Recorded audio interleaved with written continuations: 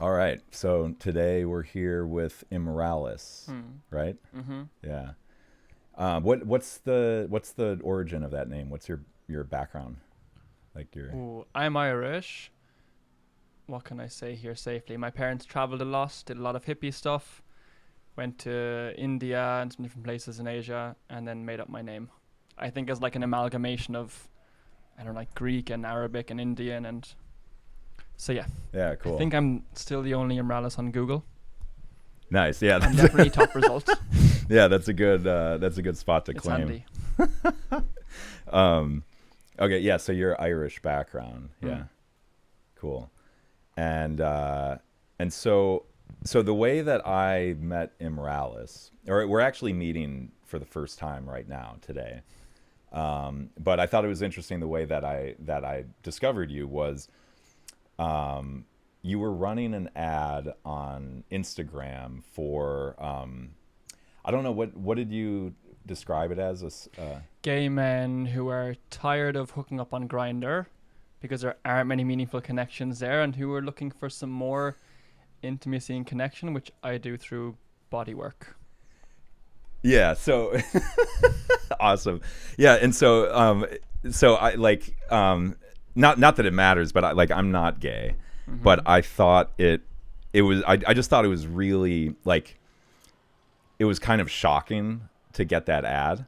Mm-hmm. Um, and I think that's what got my attention because it was so like I was impressed by how you were putting yourself out there in such a kind of a vulnerable way. It was like blatant and in your face, and it was like this is a massage for gay guys who are frustrated on Grinder, Mm-hmm. and that really impressed me because it's I mean on Kopangan it's like there's a lot of sort of extreme and progressive stuff, but I was impressed by the way that you were putting yourself out there in such a Mm. forthright way. Yeah, and it is scary because essentially I'm going into a room with normally quite a horny person who I don't know very well. It is a scary place to be.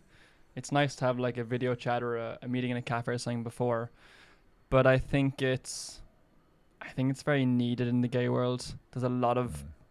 just not very meaningful connections, and people grow up on grinder culture where there's a certain way of talking, a certain way of doing things, and like there isn't really a lot of gay role models in that area, like or that people know of at least. So I'm talking to guys who maybe never really had a romantic night in their life before, and they could be in their mid 30s by now. Mm. So yeah, I think it's necessary and it's interesting work to be doing. Yeah, like now are you also on do you also have experience using hetero apps or like what like normal Yeah, dating I apps? was uh, presenting and thinking myself as straight until like 22 or 23. So I went through Tinder for a while. That's one of the most soul sucking places in the world. I hate it. And I was on Hinge for a while. That's a lot nicer. It's more conversation based. And then Grinder only in the past like 6 months and only for business. I've Hmm. met some friends through there, but not hookups.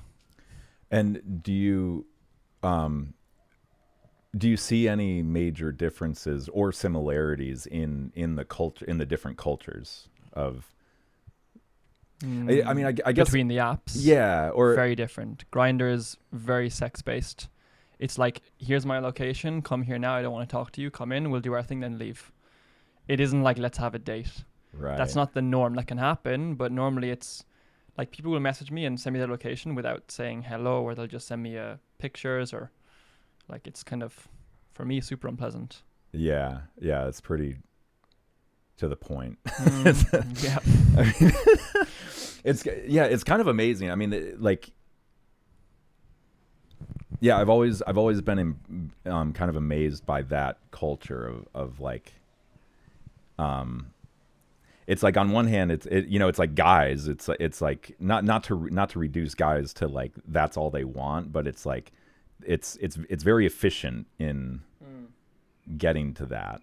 Mm-hmm. It's like cut out all the anything any extra bullshit around it. It's like get rid of it. But I mean, I guess what the thing that I'm curious about is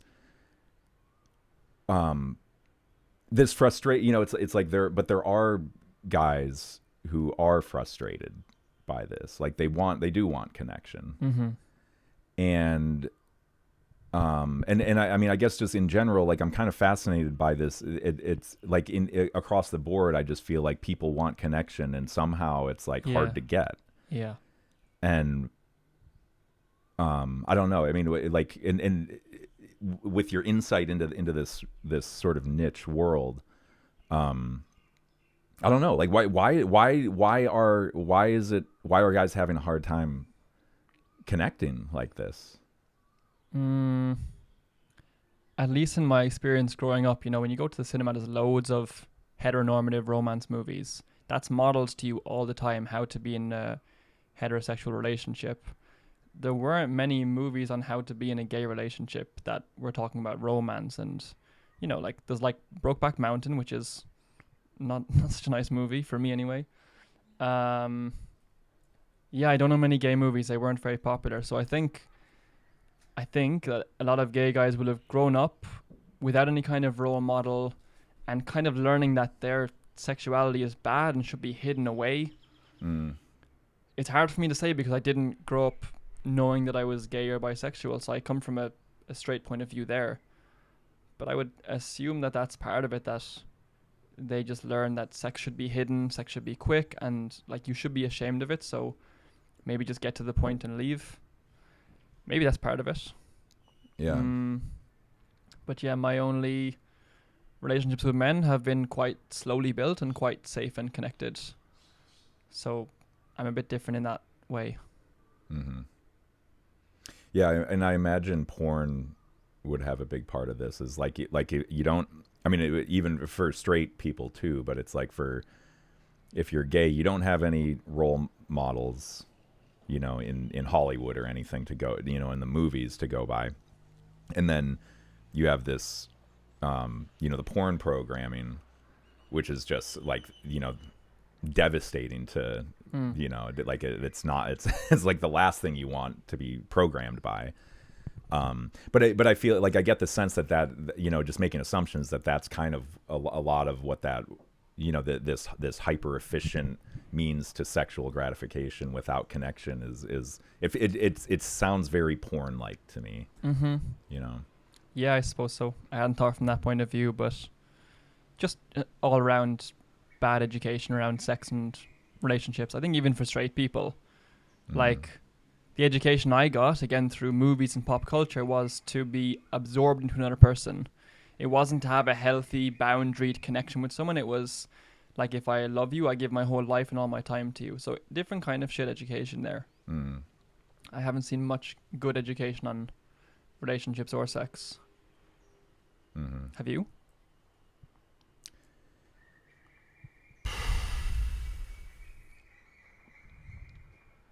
Not that I can think of it.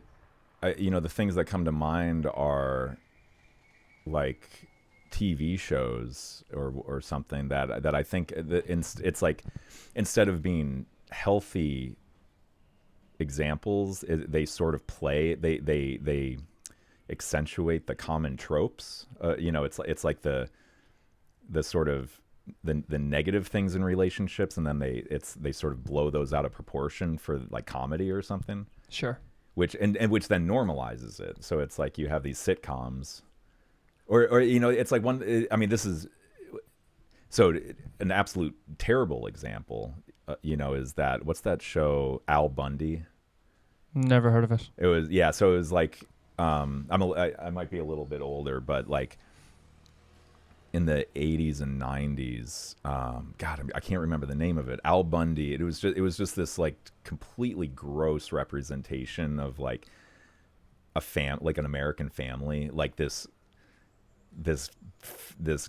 beer drinking, TV watching guy sits on the TV complaining about his wife, but and it was like, and like that was the comedy, that was the trope, but it was like Yeah, it it does all normalize it it. normalizes it. It's like, yeah, like you sit around, you laugh at it, but you're also laughing at it, going, "Oh, like that's kind of like you, George." It's like, "Oh, George does, my wife does that too," and it's like it, Yeah. and it's like people kind of see themselves in these characters, and then it normalizes it. And I think a lot of, especially television, is built around that. It's like, they normalizing the dysfunction in relationships, like dating, like friends or something, dating. It's like, oh, like nobody can nobody communicates effectively, and like it's funny, and it's like you sit around and laugh at it, but it's like it yeah, it makes it normal instead of, I mean, I don't know, I would have to think pretty hard to come up with an example of like a positive example of. It's probably hard to make entertaining. Right. Yeah. Here's a healthy relationship with good boundaries. Enjoy the movie. Right. Not much happens there. Right. And well, which is also like, I mean, that's kind of common it's sort of how it is with dating. It's like a lot of people are attracted to chaos and Mm-hmm. tension and that, like the toxicity. It's like we kind of feed on it. And so, for people who have been sort of, I mean, a lot of it comes from some degree of trauma. And so it's like, for when people are then presented with a healthy relationship, they don't It's even, too unfamiliar. yeah, they don't want it. It's not like, and that doesn't, that feels unsafe because all they've ever known is Mm-hmm. dysfunction. Yeah. Hmm. Yeah. um so how did you get into this, but particularly the work, that you were running the ad for, but I know that's connected to, Mm-hmm. some like, what you would just, I guess, somatic, Mm-hmm. Yeah. therapy. Um, I grew up in a very tactile house, so my mother was a massage therapist when she was younger, so it was normal in our house to give a shoulder massage or a foot massage. Like that was just, yeah, we're a close family like that. Um, During my yoga training, I learned a little bit of different like pain release points, emotional release points around the body, and I found that really interesting. So I did some training there. India's very non-sexual based, so it was all super. What's the word? I don't know. Professional Hmm. massage stuff.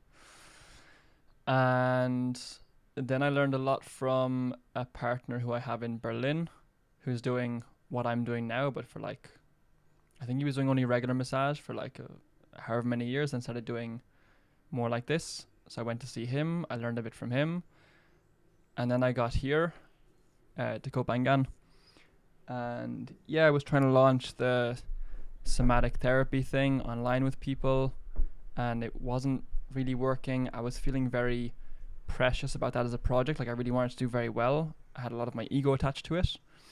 And then as a side thing, I thought, I'm good at massage. I'll go on Grindr and see if somebody wants a massage so I can just make the month rent. And then I got a lot of bookings straight away, and I was like, oh, this works really easily. This is effortless. I don't feel very attached to it. Like if I do a session that isn't amazing, it doesn't worry me as much as if I'm doing like more of a somatic therapy session. I'm very worried about making someone's trauma worse or not being a good therapist. Or I don't know. I don't have this stuff with just doing body work. So yeah, this just took off, and I put more energy into it, and I got more back from it. And I think also a lot of people's trauma is based first in sexuality. Like I think everybody has some degree of shame around it. Well, majority of people. And I think even for myself, like when for me, that's like step one is sexuality and this place. So when that's blocked, whatever work you do in the rest of your body or the rest of your life, I think it doesn't flow without the sexual thing being more released. Yeah, interesting. And do you see any common themes across, these people that you're seeing? Is there like a common sort of trauma or or shame, like a specific, thing that. Not everyone talks a lot.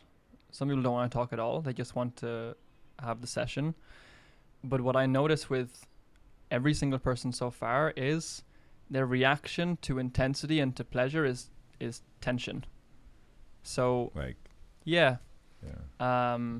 And like, at least as men, when we're getting closer to an orgasm, we tense up because in the moment it kind of feels a bit better, or like we can control it, which I don't think is true. So yeah, every guy that I've worked with, when he's getting close to orgasm or higher sexual energy, a lot of tension. And that stops everything down around the pelvis. It doesn't allow that pleasure and energy to flow into the rest of their body. So then, you don't really get the healing effects that sex can have. So I work on that a lot, just releasing that pressure. A lot of it's around the perineum and other areas down here. I think the more you can release that, the more you can release the whole center line, because also we have tension here. It just carries on up for 10, 20, 30 years, whatever it is. So yeah, they all have that in common. And me too. Like, I'm still working on it. And so generally the idea is just to relax, to just like let go of any tension. Yeah, to be in a sexually charged situation, but in a different mindset. Because I think also, like you were saying with porn and with just general culture, the idea is rush to the finish. The finish is the best part. So I'm trying to create an atmosphere where it's more about intimacy and connection.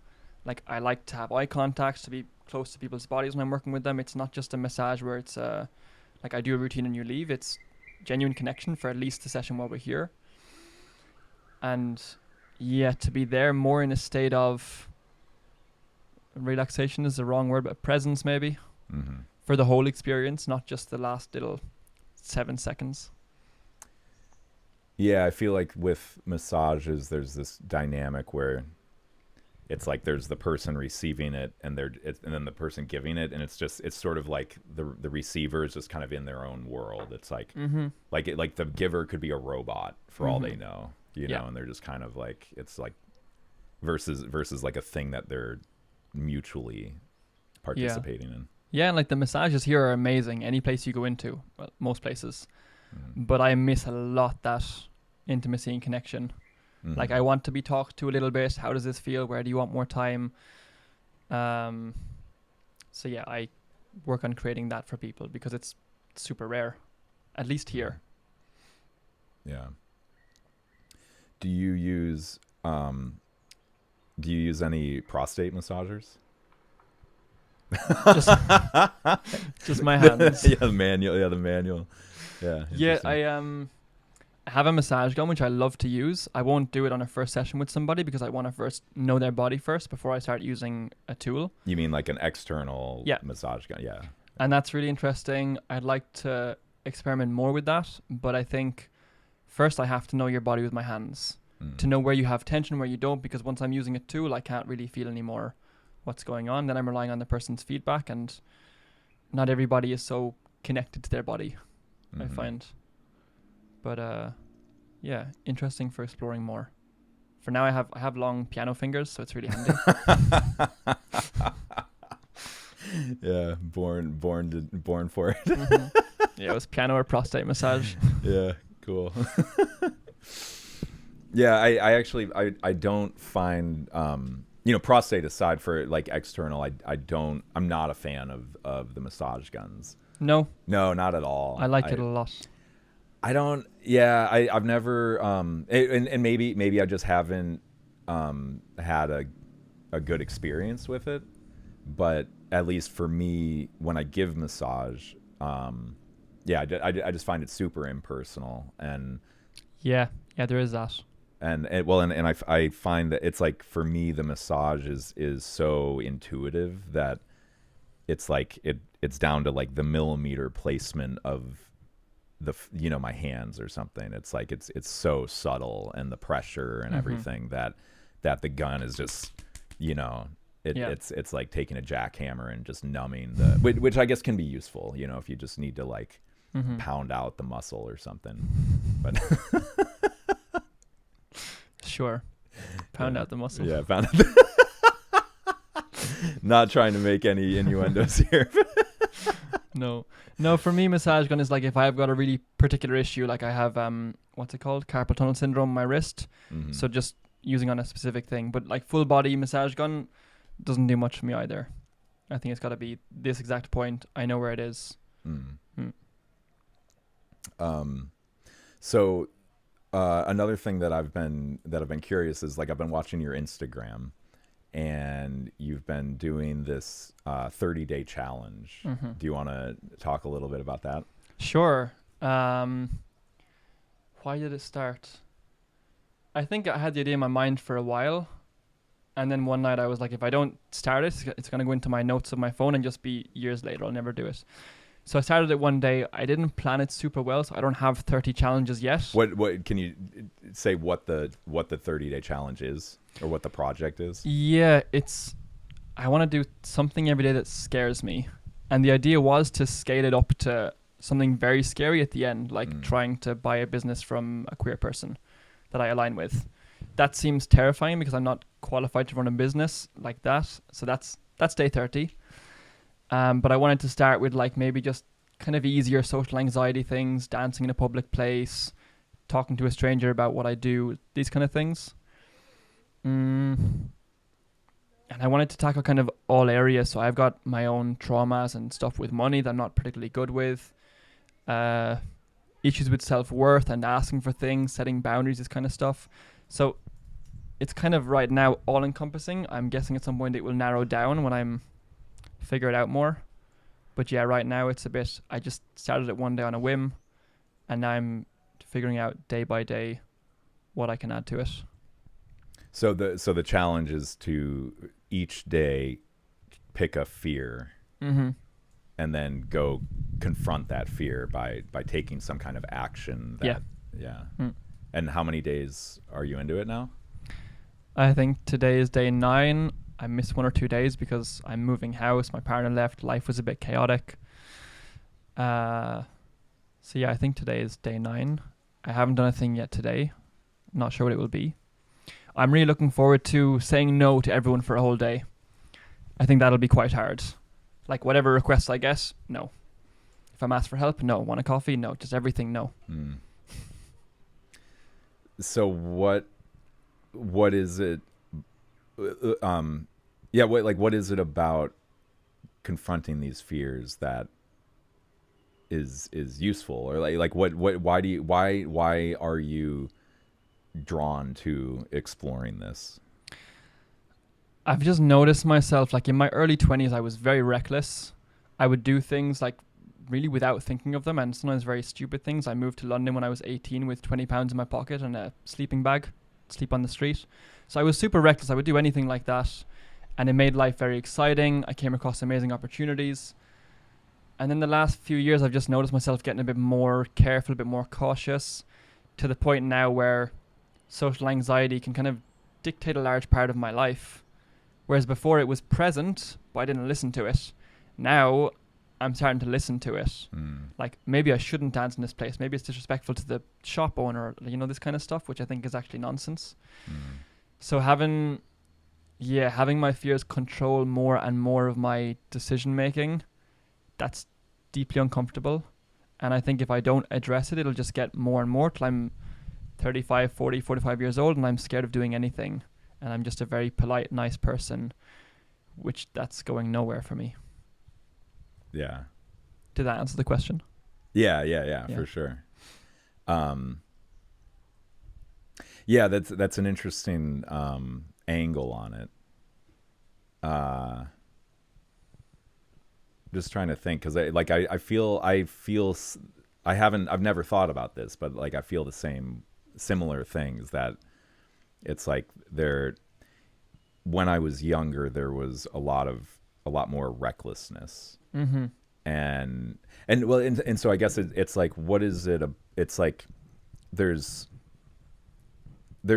lack of fear, but then there's recklessness, and it's like that recklessness is sort of, can be destructive. Yeah, because there's no thinking involved there. Whereas I think you can think about a fear and you can still do it in a not so reckless way. So maybe if you're afraid of going past 80 kilometers on the bike, maybe don't try it here. That would be reckless, but go to a track and try it, and that makes more sense. You're still facing the fear, but in a more conscious way. Mm-hmm. So I'm trying to face these fears in a way that doesn't hurt other people very much. That it's about me and myself, you know. Mm-hmm. You see a lot of YouTube and TikToks where people do kind of unkind stuff just to get, I did this cool thing today, and like I don't like that. Yeah. Hmm. And so what are some of the things that you've done? Dancing in 7-Eleven. Mm-hmm. I'm gonna asking people for an investment into my business, which is very scary. Like just asking someone for money for what? I don't know. I haven't asked for investors before, so being very vulnerable with that. I counted moving into the tent yesterday because I'm living in a tent for 4 days, shared kitchen space, you know, not really a place to do yoga and breathwork in the morning, not having any privacy. That feels a bit scary. What else have I done? Can I check my phone for a second? Sure. I have the list there on my Instagram.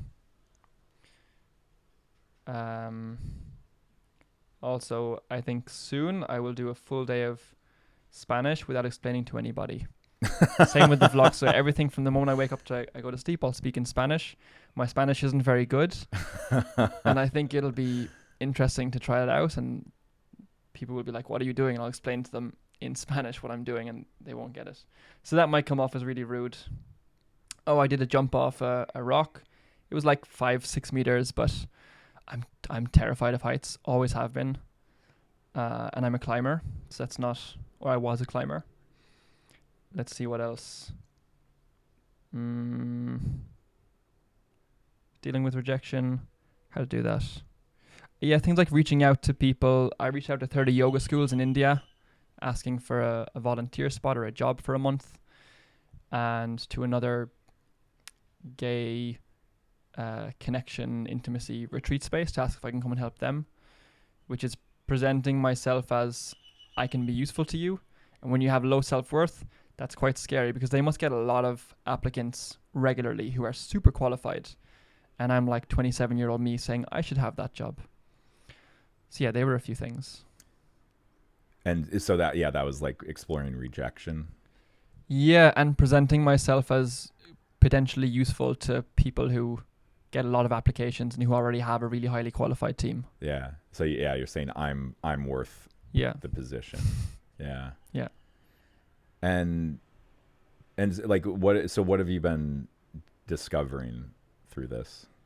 That these things aren't very scary so far. The thought of doing them is very, very scary. So like in terms of applying for a place, the scarier thing there is if they accept, then I have to go and actually deliver. So that wasn't that scary, but it could become scary.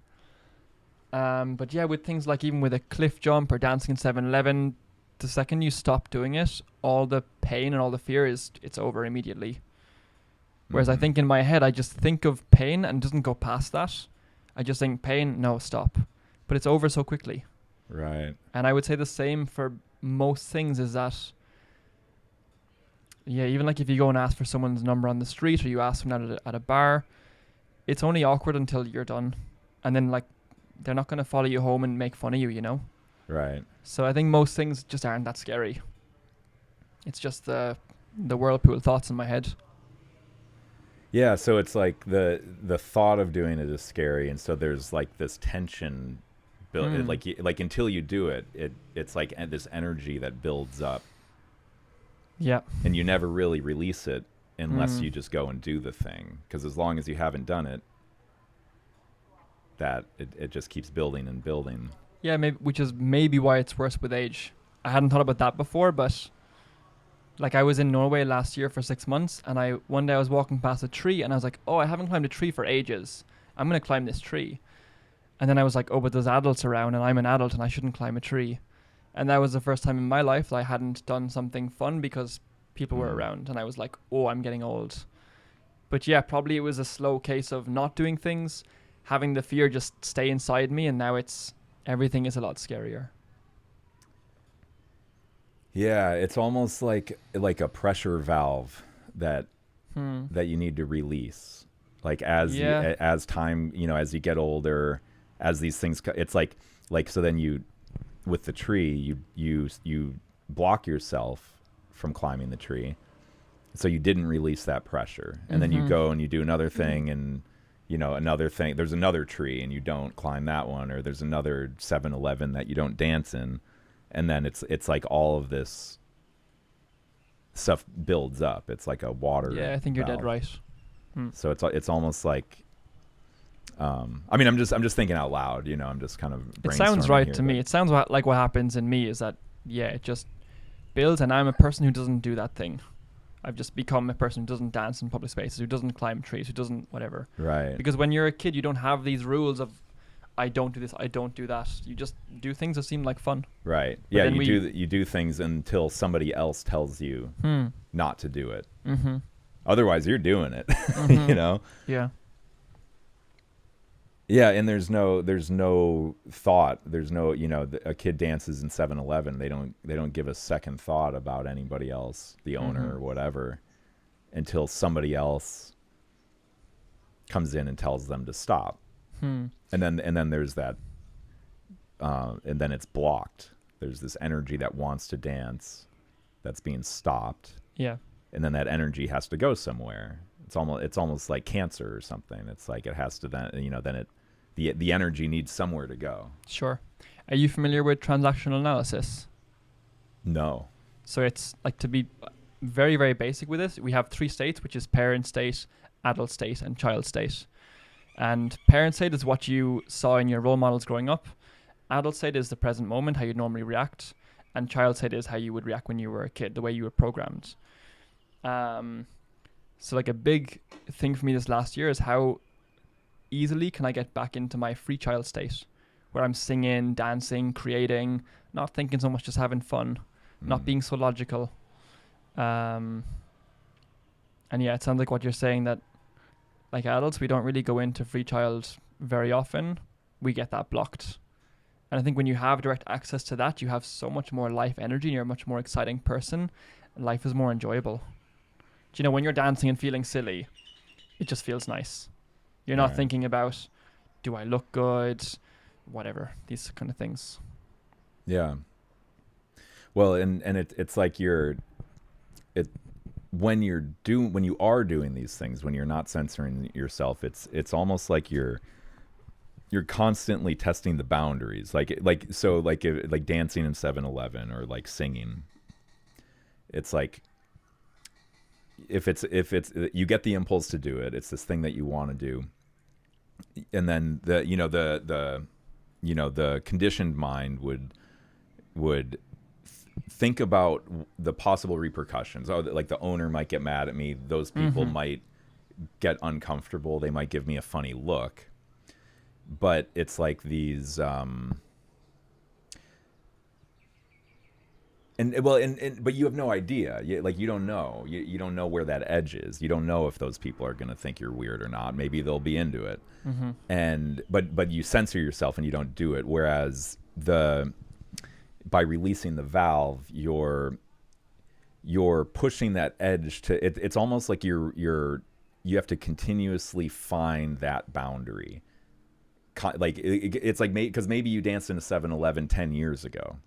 And you found that boundary, and maybe it was uncomfortable, and maybe it's like, oh, I don't want to do that again. But now time is gone, and it's like you don't really, like, it's a different time and a different place. Sure. And so now, and you're conditioning yourself based on something that happened in the past. You've programmed yourself to respond, and so it's like it's like this.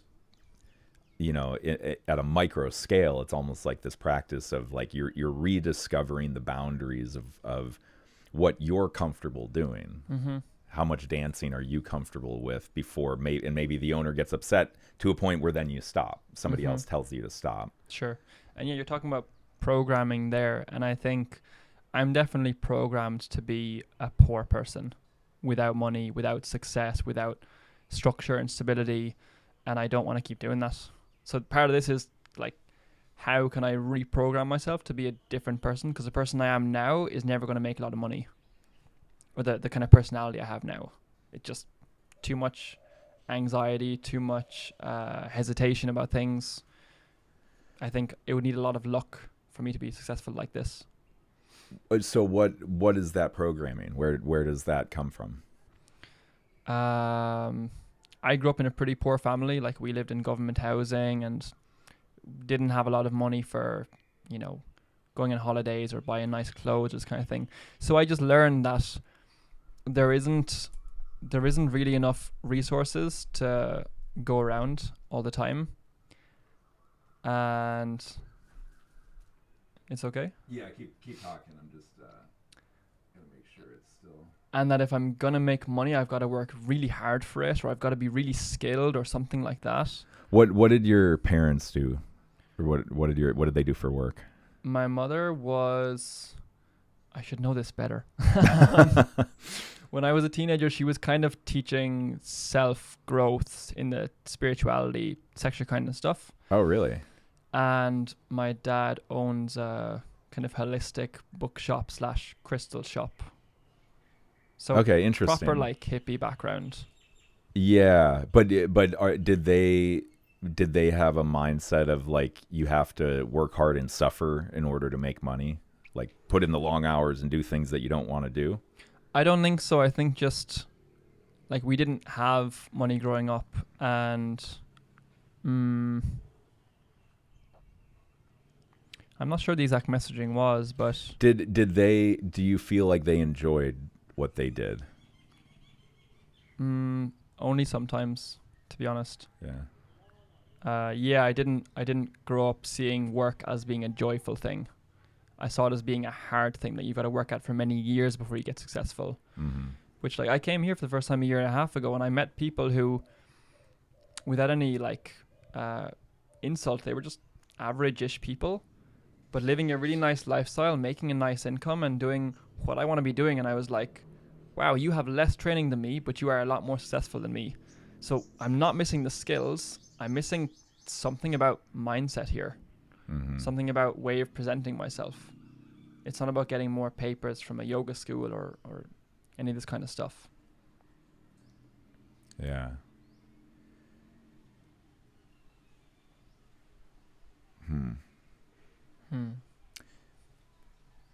Yeah, I mean, I think you're touching on something big. It's like, so is that so? What are you? What have you been doing to undo this program, or to specifically with the money stuff? I've only been looking at it seriously for about a year and a half, because I met my partner, and she's very far ahead of me in this place, and I wanted to catch up and have a relationship with her, which is difficult while we're on very different financial levels. She's ahead financially or mindset. Or maybe both. Yeah. Yeah. Everything. So what have I been doing? I think for the first few months, I was just trying to learn from her, and that put a lot of pressure on the relationship. Didn't go so well. So she sent me some podcasts and was kind of like, go away. Find a different mentor. Find someone else to help you with this. I'm not going to hold your hand the whole way through. Fair enough. She has her own thing going on. I took a 6-month break while I was in Norway being a fishmonger, because I just got into 9-to-5 mentality. What's a fishmonger? If you want to bring home a fillet of fresh fish, you go to the fishmonger, give them the fish, and I take all the bones out and take the skin off and whatever you want. Okay. So like a butcher for fish. Okay. Exactly. Not very exciting. So that was 6 months. I did nothing, not a lot productive in that time. I think just starting to offer what I do to people has been one of the biggest things, because you can spend months and months preparing a course and building a website and doing all this stuff and never actually see if people are interested in what you're doing. Mm-hmm. So that's super scary to go to someone and say, hey, I think I can help you with some stuff, or we can work together and you should pay me for it. Mm-hmm. That's fucking terrifying for me, like kind of still to this day. So the biggest thing was just reaching out to a lot of people and saying, hey, this is what I do. Do you think we can work together? Are you interested? Mm-hmm. And I think whether that's for a one-to-one session for 50, €100, or whether that's to a deal for €1 million, it's probably a similar kind of feeling of I'm just reaching out to a person, seeing what they're interested in, and if I can help them. I think at some point the money stops being, I think it just scales and becomes similar the whole way up, Mm-hmm. Yeah, cool. Is there anything else you wanted to talk about?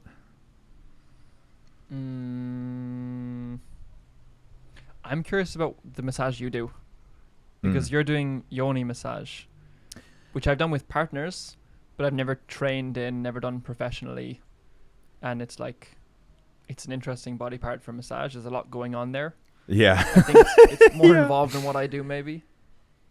Yeah. Well, it's something that I do, not in a professional capacity. It's more like, I mean, really all of any of the body work that I do,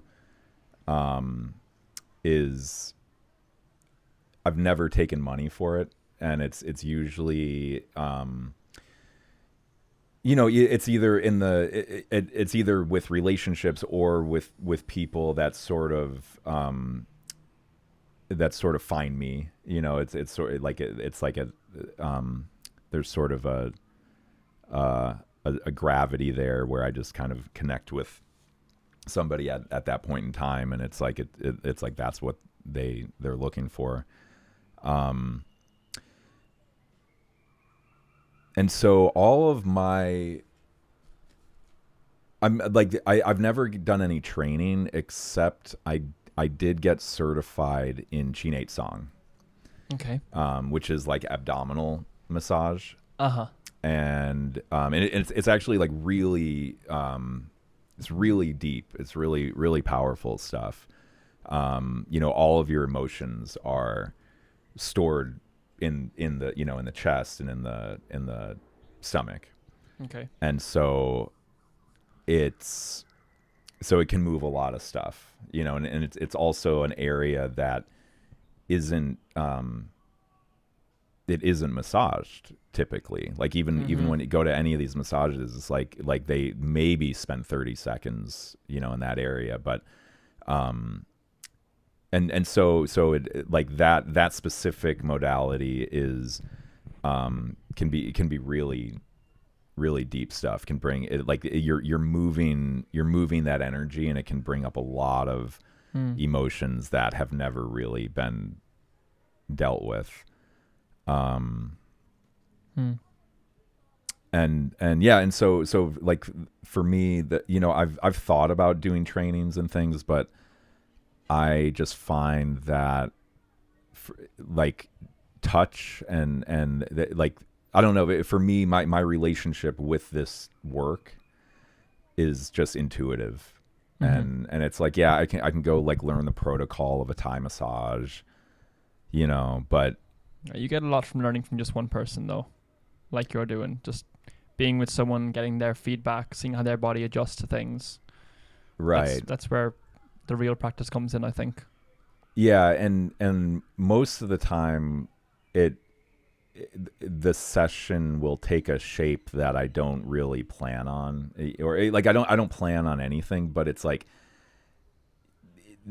I get into what is something like a channeled state.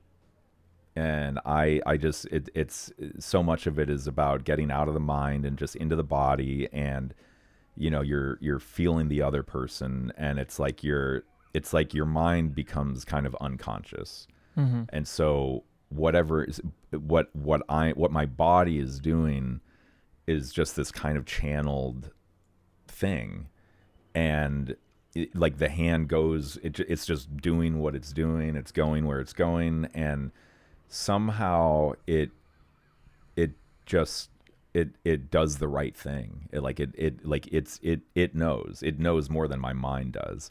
And so the hands will find the thing that it needs to find. And, almost inevitably, almost every case is like, it's like a discovery. It's like your things are just happening, and then it just kind of the feedback from the other person is almost always like, it's like, oh my god, like how, it's like, wow, like how did you know that, like that spot, and it's like I don't, it's just it's like the feedback in the body is just kind of discovering this in real time. And so in that process, it's like there's a physical, but there's also the emotional connection. There's an energetic dimension to all of this, and and so it's the movement of that energy. It's the movement of these emotions, and the stuck energy, stuck emotions, especially in here, and the yoni. It's like there's a lot of energy in these places that and like with yoni massage, it's like it's for most people it's similar to the abdomen. It's like it's an area that is not typically explored in this with this mindset and with this attitude and this like exploring it as a mechanism for trauma release versus sexual getting off, and like getting from A to B as fast as you can or something.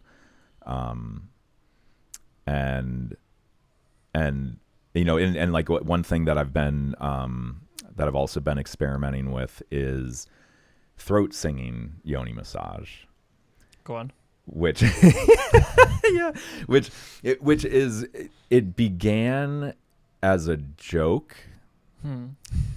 and it was like, and it was kind of this, it was sort of a commentary. It was almost a satire joke, is how it kind of started. But then it was like, the more, like, I started developing this idea as like, originally I was like, I'm gonna put together a flyer and like make it look like a real offering and post it on the Facebook community to get a reaction, to get a rise out of people, because it's like there's, but it was a social commentary on the yoni massage as a sort of exchange. It's like these tantra gurus, doing yoni massage and everything. And so it was sort of like poking fun at that sort of thing.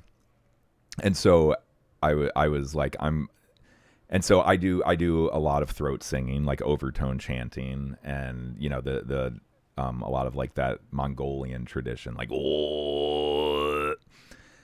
And so the joke was, well, I was like, I'm gonna put together this flyer for the throat singing yoni massage, which is basically oral sex with throat singing involved.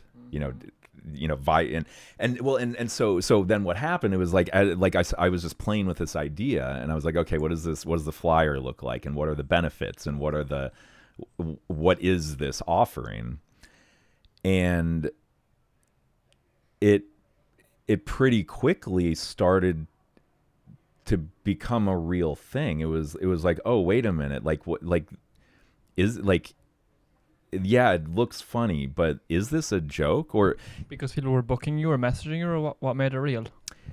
Well, the beginning of it was just me thinking about it. I was like hashing out the idea, and it was like, oh, wait a minute, like is this completely a joke? And it was like, I don't know, like, and so then it was like, okay, well, like, I'll try it out. I'll offer this as a real thing. And what happened was, well, so initially what happened was I was getting interest, and some of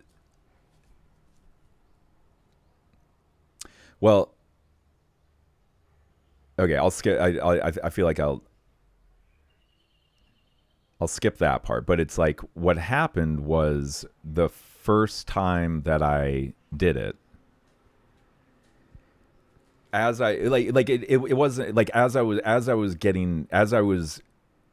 coming into this thing, coming into offering this thing, and it was thinking about like, well, okay, wow, like the first person was lined up, and it's like, what am I gonna do? Like, okay, this is like a real thing now. It started to really dawn on me like the gravity of what this was. It's like it was like, oh wait, like this isn't a joke anymore.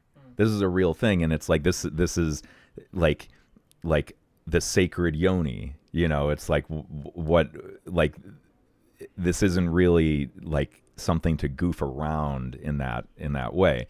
And like part of it, I think the beginning of it too was like when I was putting together the flyer, I was like, what am I going to call it? And the name that I came up with was Source to Source. So it was like the source of reality, the source of all creation, in the beginning was the word, Om, and it's like this is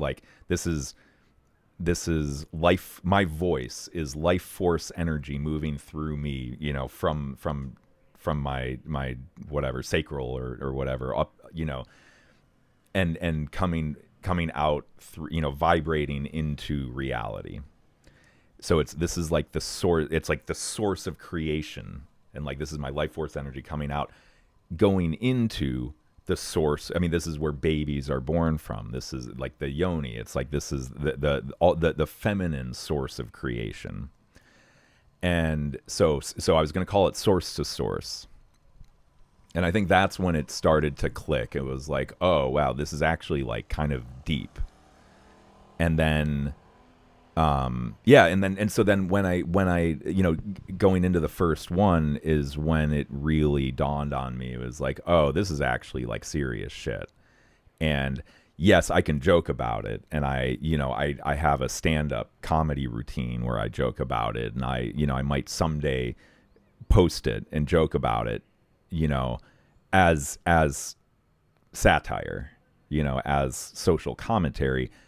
But the actual, but this is also kind of the joke, is that it's also a real thing, and it's like deadly serious. It's like this is like, I like to play with these things. I like to I'm really I get excited about these jokes where it's like it's a joke, but it's also really serious at the same time, and people are confused by the joke part, but if you actually do the thing, it's actually like really deep work.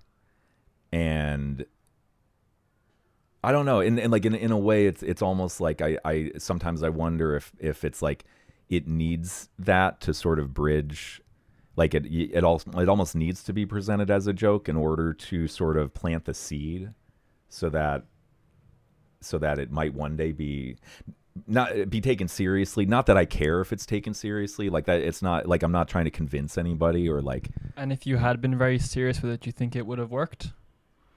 Because it sounds like it worked because you were joking around and you were lighthearted and you were just kind of open and playful with it, and it started taking off. Whereas maybe if you were super serious from the start, you would have had a lot of more hesitation and thinking, oh, I got to make it perfect. This is very serious. Like right. Seriousness fucks up business. Well, exactly. Yeah, exactly. Because the way that it was a sort of evolution where it was like it began with playfulness, with a girlfriend, and it was like I'll try it. It's like whoa. It's like and it's like this is crazy, and so it began with that playfulness, and then but then as it became like a thing to offer, it was like, oh wow. Well, and even within the playfulness, it was like, oh, that it starts as playfulness and ends in a pretty in a pretty deep way, and so it's like it's a real thing. It's a very real thing. I think the playfulness helps start it out. Like it helps get comfortable with it. Yeah, and you can be creative. When you're being serious and trying to be creative, for me, these two things don't go together at all. You gotta set. So it sounds like you were in Free Child with your partner, and then it became more more adult? How can I really market this? How can I offer it to someone in a safe way? But it started with something really silly and just experimenting. Yeah. Yeah, well, yeah, exactly. And that it was like the silly experimentation leads to a more refined Sure. depth that you couldn't, that you couldn't get to other without that step. Yeah, so that's the throat singing yoni massage, source to source. And how's it going now? I now lately I haven't put much energy into it. I've done it playfully with partners. I think partly just I guess but being that it's a serious thing, I decided to sort of pull back and keep it contained within the world of my partners versus something that I would, I don't know. I haven't given it much thought lately. I don't know. Just because I've been feeling like I didn't know if I was ready to offer that to people who I'm not connected with in that way. But you had a session with a stranger? Well, not a stranger, Okay. but yeah, somebody that I wasn't sexually involved with, but it was, it was somebody that I know, it wasn't like someone who answered an ad or something. But I guess what I would say is like I've been developing it with partners in a playful way, and sort of discovering what I guess like as an offering what like in terms of technique, like what works and what doesn't, what feels good and what doesn't, what certain vibrations tend to bring up different emotions, and that's a thing that even outside of this, just in the normal, in a normal setting, what I've been finding is, and the feedback that I've been getting from people is that different frequencies that I create with my voice can sort of disrupt different emotional centers. And so that's something that I've had to be more mindful of, is this, like that impact that I have on other people. And so like especially in with like medicine circles, with like ayahuasca or wachuma,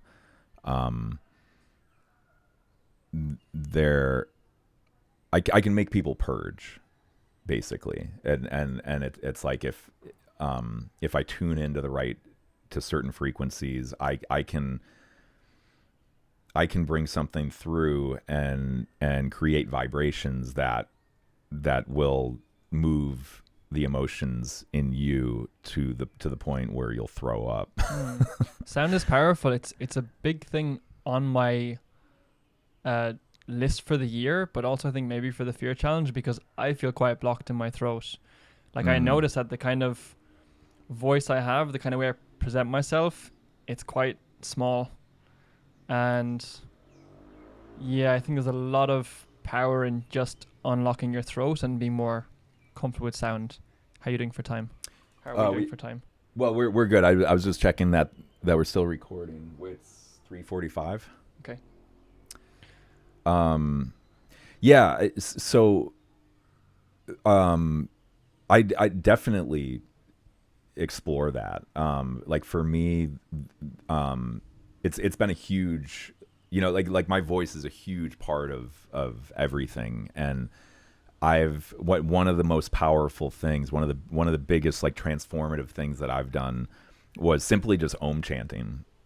And, starting, it was a couple years ago. It was here on the island on Kopangan, when COVID started, actually, that I started Om chanting, and really like I would sit down for 30 minutes, and I'm going to sit down, and for the next 30 minutes I'm just going to Om. And the first time I did it, I cried. It was, and like I wasn't emotional going into it, and I sat down, I started Oming, and there was something, I don't know, that it was moving something, and I started crying. And there's so I don't know, that I mean that practice has it's been deeply transformative, big time. But it's so interesting, because it's like it's such a subtle, it's like it's so hard to explain how it's transformed. But it's like it's your throat chakra. You're opening up your throat chakra, which you express more freely. You're able to, and like, what does that mean? It's like you're able to express your emotions, like what you're feeling. You're able to explain that to the world, and let that, you're not blocked. You're not holding it in. And like it's helped with confidence. Do people treat you differently? Well, yeah, but it's impossible to say like it, because it's just that one thing, but it's like, because it's so many variables, and there's so much growth and things that have changed. But I am sure, like it's like all of that change and growth, or whatever you want to call it, the vocal practice is like one of the fundamental foundations of all of that. Like it's like it like feeds the whole thing. Mm-hmm. So there wasn't for you like a clear before and after. It's more of a long integrative process, it sounds like. Yeah, I mean, I think there. Yeah, it's a long thing. I mean, it's kind of a lifetime thing. It's like it doesn't happen overnight. I mean, there can be things there. It's like the first time crying, there's a cathartic release. There's an emotional release. It's like these little progressions can happen. I noticed, like when I came up the stairs and said hi to you, I wasn't expecting that voice, because most people don't have a very resonant voice. It doesn't come from very low down. It comes from where mine comes from, quite high up in the chest. Yeah. And that doesn't inspire confidence. Like if you listen to Jordan Peterson, we were talking about him. Yeah. You need to listen to him very carefully to really have some kind of, to think he knows anything. If you just heard his voice as an abstract thing, I'd be like, I don't listen. Like, yeah. I don't like him very much anyway. But like, if it was just his voice, I'd be like, absolutely not. Yeah. Whereas when you hear Morgan Freeman say good morning, you're like, oh, good morning to you. Suddenly you're drawn in a lot more. Right. Higher frequency voices, at least for me, they don't inspire confidence. Yeah, and I think what part of that is the voice that's the higher frequency voice is it's being emitted from up here. It's like the resonance that it's like the force that's creating it is up in this area, whereas the deep voice,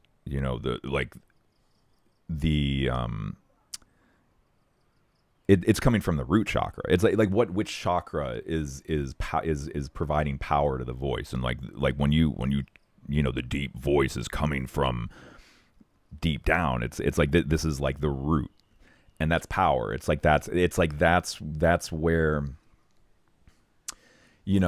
the things that you say when it comes from that place hit different. It's like the frequency itself carries confidence. It's like it's transmitted in the vibration on a subconscious level, and so you can, so whatever it is that you say, it lands different with people versus if I'm, if I'm talking like this and it's like I'm not grounded, it's like, am I sure of myself? Or like, I can give my opinion or I can say something stated as fact, but it's like, is it real? You don't really believe it. Whereas like if I'm, if I'm talking like Morgan Freeman and, Yeah, because it sounds like you're relaxed now. Like you're relaxed all the way down. Oh yeah. Like you're saying it comes from down more in your core, like which if you have a blockage here, if you're holding very tight here, it's hard to relax and talk like that. I'm Right. curious, what for me, someone who's working on this and is maybe like much further back right now, what would you recommend as a starting point besides 30 minutes of Om to open up your voice, open up your expression a bit? Well, so oming is like a really basic, easy thing you can do. Actually, maybe if you could give me a fear challenge related to this, that would be really nice. Okay. If you can think of something. Yeah, let me think of something. I'll give you I'll try to give you a couple tips. Okay. So I like the oming just because it's very like, why do I like the oming? So the oming's good to just open up the chakra. Just as like a standard simple thing that you can do, like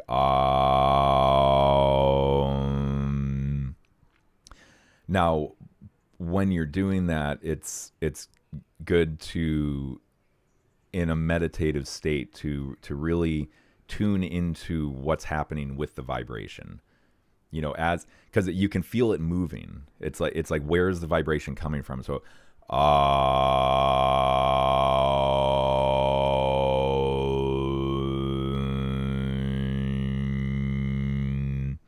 and so it's good to just sort of develop that sensibility, that sensitivity to where the sound is coming from, where in your body the vibration is taking place. So for you, it's more feeling than sound.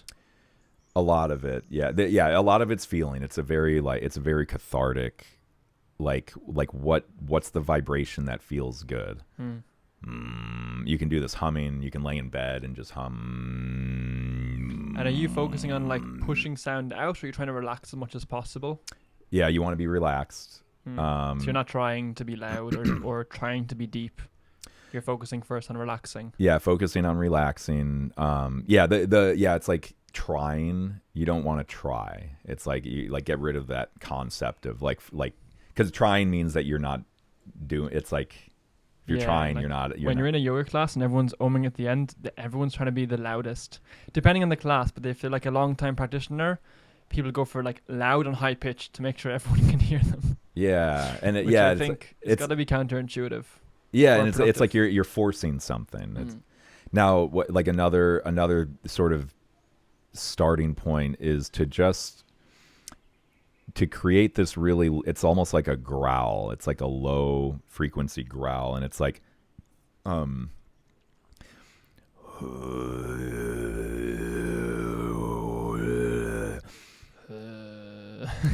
don't have it yet. But that's what you do. Okay. It's like you just do that, and you're wherever you're at with it. That's where you're at. But it's like, that exercise is like, it's not about creating a sound. It's about it's like you're getting in touch with that lower chakra thing. So it's like, it's not. So again, it's not about the sound. It's just like, and you're kind of playing with where the sounds are coming from. One that I really like is,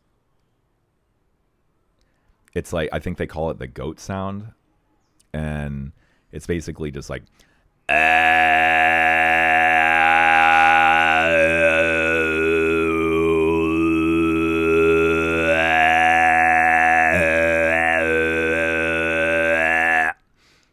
And where is that coming from?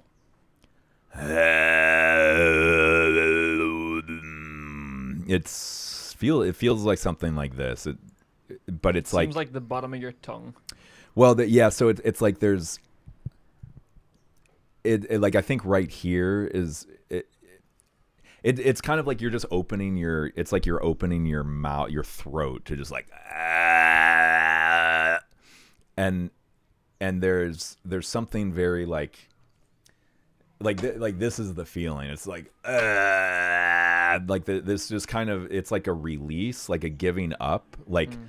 it's sort of again, like just this is how I feel about it, is like it's this kind of like what the fuck, I don't know what else to do, or like this is just what's coming through, just like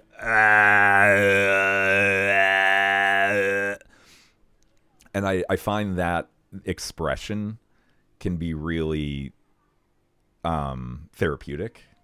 So You know? depending how you're feeling on a day, you'll do different kinds of vocal stuff. It Yeah, sounds like. yeah, and so like on the scooter is a really good place for this, because people don't, like there's already noise with the engine, and like and it's kind of fun to do it when you drive by people like um and yeah, I mean on the scooter is actually where I've like that's where I experiment a lot, because you can make a lot of sounds that don't sound good, and then but then you discover cool little things that you can kind of bring home and do it later. um so I think like for you as a starting point, or for anybody getting started, I think that's kind of what I would focus on is like getting in touch with these lower chakra sound, like the energy behind the sounds, um and then that just that kind of opening up. Now and then like one now what you can do is like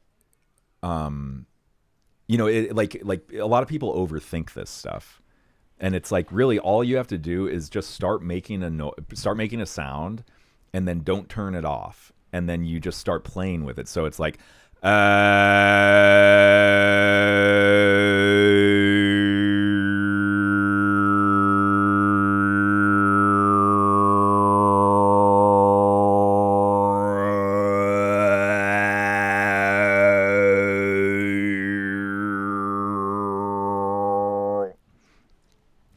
and so you just sort of start making the sound, and then you just start shaping it, Yeah, you're letting it travel. and you let it move where it wants to move, and it's like sculpting. It's like a 3D sculpture in space, and I find that to be really good for just kind of opening up. It's like you're conditioning your vocal cords, and you're opening up to different frequencies, and a lot of like one of the it's a long-term practice, because what I've found is that as my vocal cords have changed, I don't know how they've expanded, or they've gotten more flappy and more flexible or something, which takes a long time, which it takes years for them to change.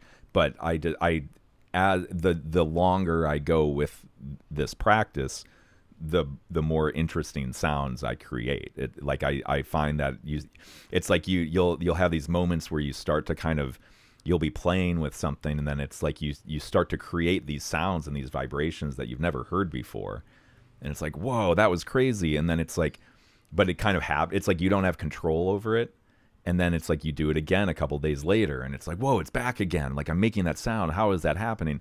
And then you keep doing it, and then like 6 months or a year later, you actually have control over it. Then you can produce that sound when you want to, but it begins as it's almost like a gift. It's like this random thing that's just kind of like given to you. So yeah, I mean, yeah, so it's like those are the kind of the basic ones, and then there's also like the sort of whistling, the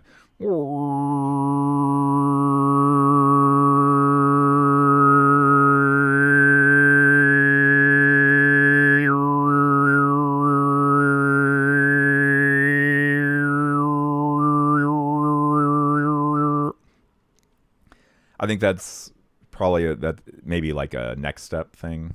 It's like I think it's better to just get like the deeper foundation. Um, And so like another thing that I would add is I think it's interesting how um, the different sounds affect your mind differently and affect your emotions. So with at least with the mind, I find that if I'm meditating, that like the high frequency, like the sound that I was just making, these higher pitched whistling sounds, they do something to the brain. It's like it's an energetic vibration that affects your thinking, and so I find that it's those sounds can be more like I guess I describe it as creative. It's like it gets your mind racing, and it's like you're literally vibrating. The whistling sound is coming because it's like coming up into your nasal cavity and vibrating off of the roof of your mouth, which is then vibrating your brain and your pineal gland, and it's like you're massaging your brain. And so when I do that, I find that my mind starts to it's like a high vibration frequency, like really creative, and it's like quick. It's like fast thoughts and ideas. Whereas the lower frequencies they're just more calming. They're more grounding, and so it's Sounds like indica sativa. yeah, sort of. It's all or also like yeah, I mean it's chakras, and like if you get into the Indian tradition, there are seed sounds, and so each chakra has its own sound. I don't remember all of them, but like Lam is, I think that's the root chakra. So it's like Lam, Lam, Lam, Ram, Om. So it's like Lam, and then it's Vam, Vam, Vam, and then Ram, Ram, Om, Om. And when it's like so like when you do this practice, you can feel where the what chakra you're affecting. Like Om is coming from here. It's like this heart chakra. And so these lower chakras are like they're more grounding, whereas these are affecting the crown chakra. The lower chakra thing, I find that it's like power. And when I'm making this sound, like if I'm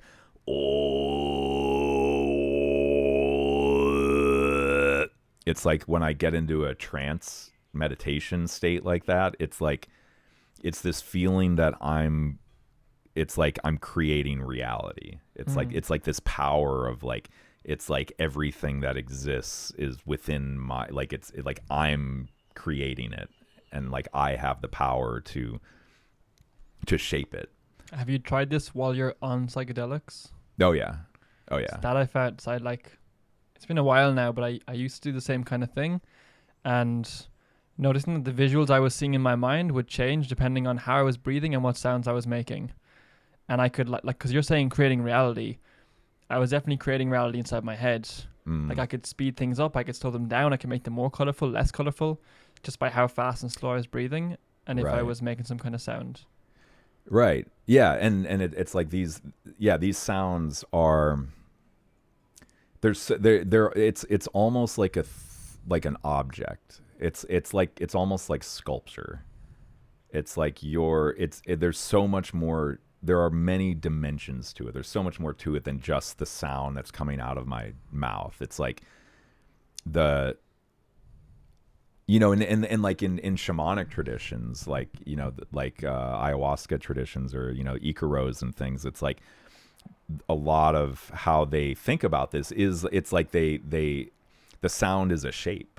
It's like the shaman is creating a three-dimensional sculpture in another dimension with these sounds, and like, and you know, there's times when people can see this, like you actually see, you know, and it's like there's colors and shapes to it, and that, like, that's how they describe it. It's not just the sound. It's like,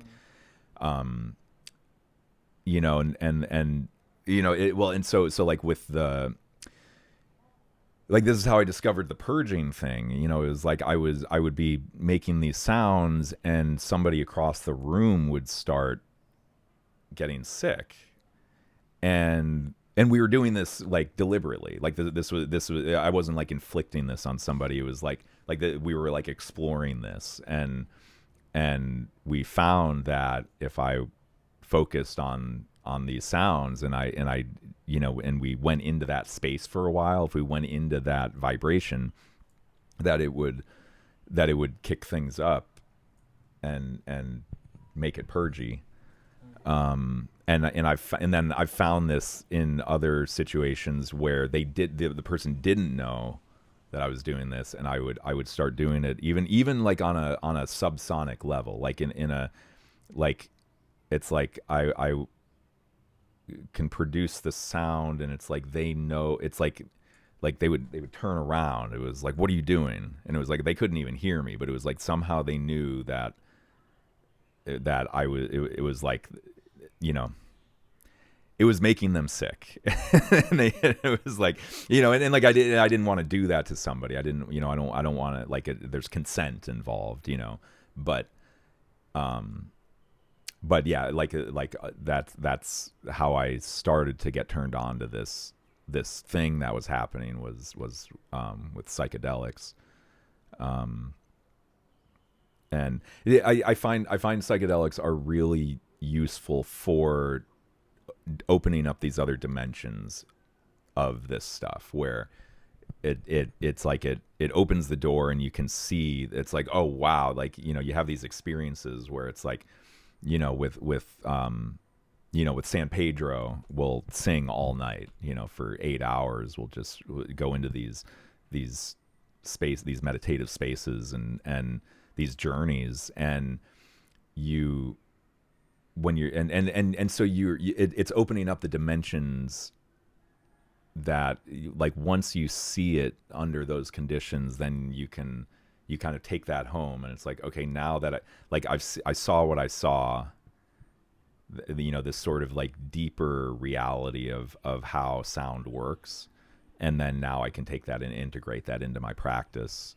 And a lot of it is just kind of, it's like, no, like I don't always feel it or whatever, you know, but it's like I know that it's happening, and then there are times where, like, if I do, you know, sit down and really get into a practice, you know, if we spent the next hour doing something, you know, you can get into that space a little bit more, and you know, and actually like feel it.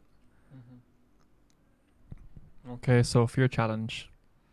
Oh man, fear challenge. So the hard thing about being in Koh Phangan is the place is so weird that yeah, you know, it's hard to be weird in a crowd of weirdos. It's hard to feel like, I don't know, sitting somewhere doing in the middle of the street of 7-Eleven. It's a bit scary, but not that much scary here, because someone's like, oh, that's just the dude doing his thing. No one thinks twice about it. But maybe something like that would be interesting. I still think it would be scary, just like not as scary here as in Europe or most other places I've lived in my life. Well, okay, this is what's coming to mind, and this I think this is more of my fear. So I'm projecting here, but because this is what I'm afraid of, is singing. I was a singer for like 4 years. It doesn't scare me very much. Okay. Yeah. So it's like for me, I'm comfortable making vibrations, but I'm terrified of singing words. Cool. We're opposite. So then maybe you're. Yeah, I don't know. Well, I mean, okay. So I was leaning towards something like just, you know, being in a public or a semi-public space, where, you know, being with other people around, and making these sounds like ah, and like do that, and Yeah, it sounds uncomfortable. yeah, and like and it's like people are gonna look at you, Uh-huh. but like you have to keep doing it. Uh-huh. Yeah. And I think maybe do it in a way that's slightly agitating. Like it's not necessarily a good and pleasant sound, Mm-hmm.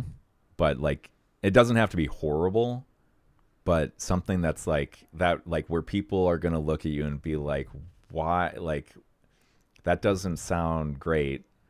Why do I have to listen to this weirdo? And like don't make it an ohm. Don't do ohm, because then they'll just be like, oh, it's some spiritual weirdo, being narcissistic go or and something. make an intentionally unpleasant, strange sound somewhere that's not normalized. I And think important for me is that it's not in a place where people are kind of stuck.